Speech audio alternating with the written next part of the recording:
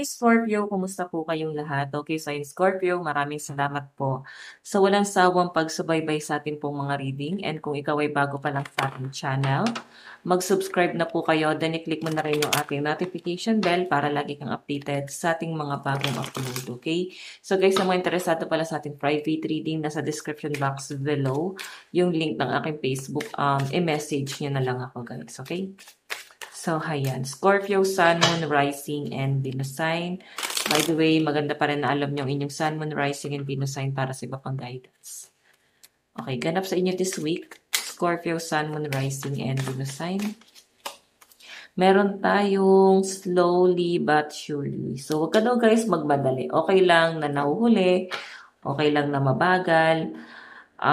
Kung nafe-feel mo na parang, ba't parang naipag-iiwanan ako. So, nakikita mo na yung mga kasabayan mo, nag-i-improve na sila, settled na. So, ikaw parang napag-iiwanan. So, okay lang yan, guys, no?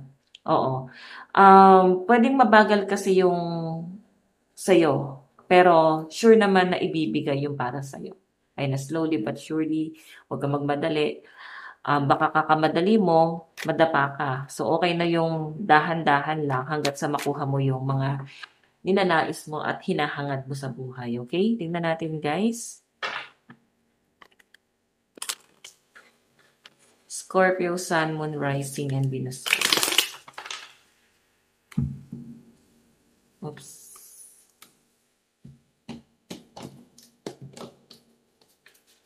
Scorpio, Sun, Moon, Rising, and Venus sign. Gana po script ka.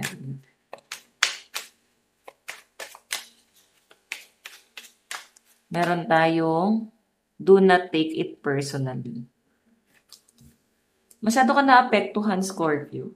Yun nga, parang piling mo lumilipas na yung panahon mo. So, yung iba dito is parang ginagawang katuwaan, hindi nila alam, medyo sensitive na usapan na to para sa inyo.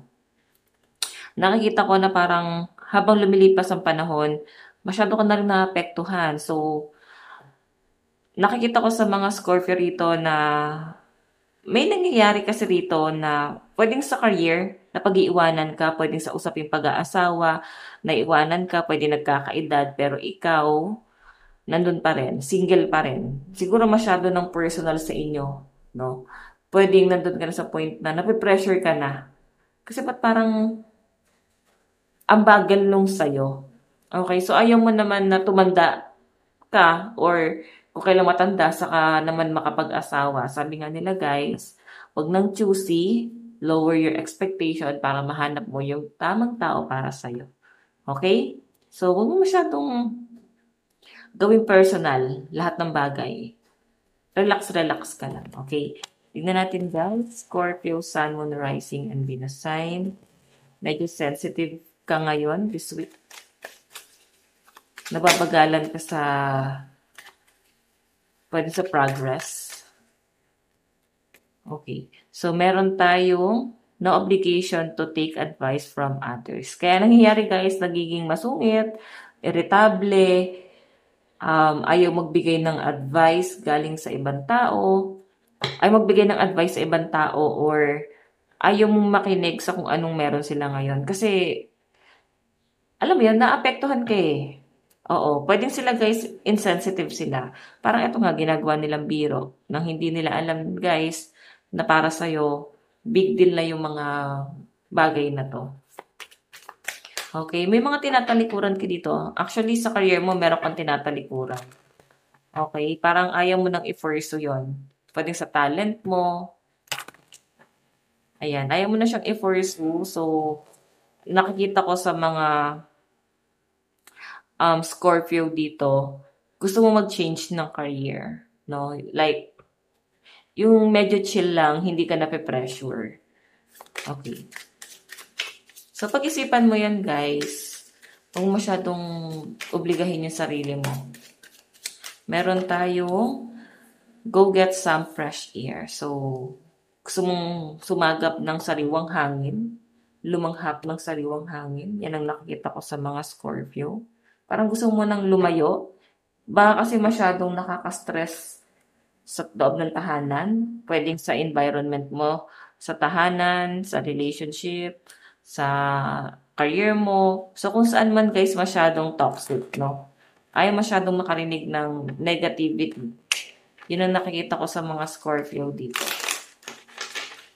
Tignan natin guys, additional message para sa inyo, Scorpio, Sun, Moon, Rising, and Venus sign. Ayan, this week medyo stress ka. Nakikita ko sa inyo guys, nagiging emotional ka dahil parang personal yung nakikita ko, hindi naman patungkol sa pera yung nakikita ko. Medyo nagiging emotional ka lang kasi parang pili mo na pag-iiwanan ka. Okay, burn out. So, ito, pagod na. Ayan, pwedeng wala masyadong tulog, sobra-sobra ka rin sa pagtatrabaho. So, parang dito ka na lang napapagod. Okay? Parang, buti pa kayo pagod sa love life nyo. Ako pagod sa trabaho ko. Yan sa mga single guys, na nakikita ko, masyado kang, alam mo yun, masyado kang naapektuhan. Okay?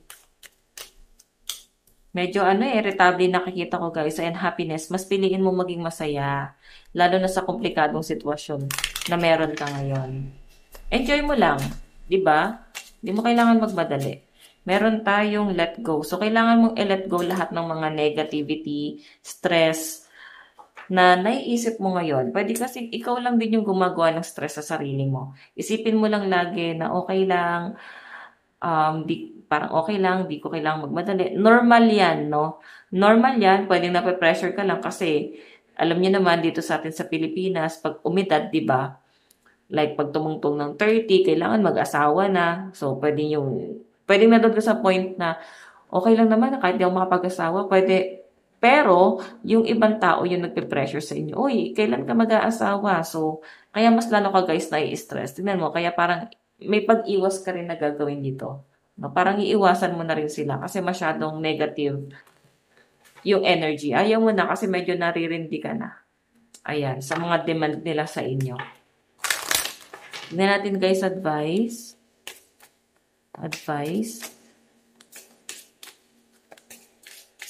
Meron tayong my aura is magnetic to golden opportunity. Ayan. So, ramdam na ramdam ng ibang tao yung presensya mo. Kung negative ka, ramdam na ramdam yan. Kung may pinagdadaanan ka, nararamdaman nilang may pinagdadaanan ka. Okay? Mararamdaman mo naman yan this week eh. Pag kayo mga tao, alam mo yun, tinitignan ka, parang sa spotlight ka, parang kahit wala ka namang ginagawa, kahit nananahimik ka, kapuna-puna ka. Kasi yung aura mo, kapansin-pansin. Ayan. So, ayan, Scorpio, ito lang po ang inyong reading. Maraming salamat po. God bless and love you. Bye-bye.